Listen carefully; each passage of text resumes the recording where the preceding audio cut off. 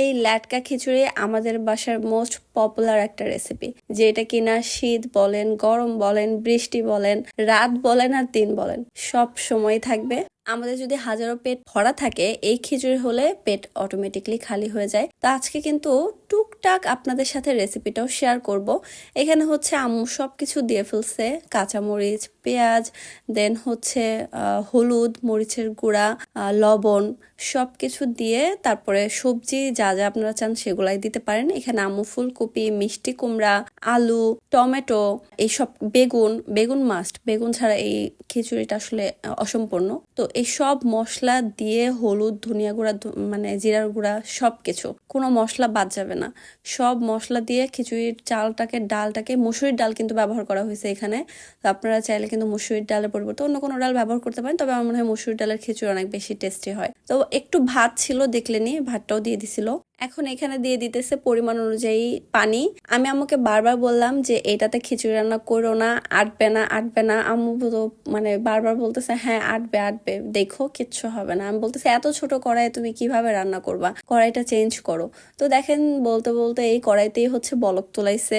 তারপরে নাড়াচাড়ি করতে যাওয়ার সময় তো বেহাল দশা, মানে একদিক দিয়ে নাড়তেছি আরেক দিক দিয়ে পড়ে যাচ্ছে, এরকম একটা অবস্থা।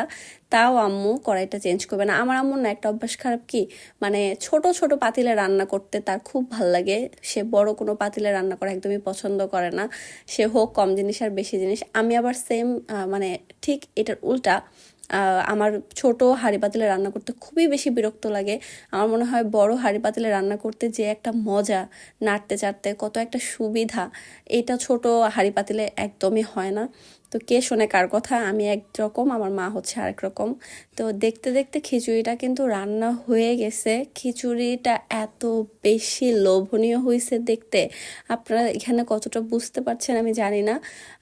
ধোয়া উঠতেছে। তো গরম গরম খিচুড়ি বেড়ে নিচ্ছে। মূলত পরের দিনের প্ল্যান হচ্ছে আমরা জামালপুর যাব, মানে আমার শ্বশুর বাড়িতে যাব।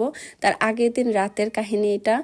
হুট করে আম্মু বলতেছে যেহেতু পরের দিন সকালবেলা আমরা চলে যাব, তো চলো আজকে সবাই মিলে খিচুড়ি রান্না করে খাই।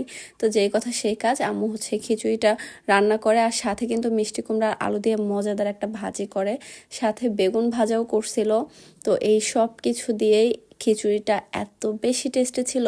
আর আগের দিনের গরুর মাংস ছিল, তো গরুর মাংসের ঝোল টোল সব কিছু এই খিচুড়িতে দেওয়া হয়েছিল। তার কারণে কিন্তু এই খিচুড়ির টেস্ট 10 গুণ বেড়ে গেছে গাইজ। এত মজা ছিল খিচুড়িটা। আপনারা কিন্তু ট্রাই করতে পারেন এইভাবে, শীতের সব সবজি দিয়ে এইভাবে সেম টু সেম ফলো করে রেসিপি আপনারা যদি রান্না করেন, খুব মানে মজা পাবেন, আমি গ্যারান্টি দিয়ে বলতে পারি।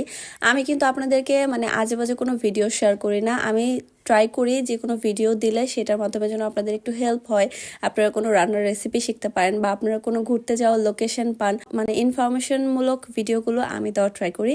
তো আমার পেজটা ফলো করে রাখতে পারেন যদি এই ধরনের ভিডিওগুলো আপনাদের ভালো লাগে।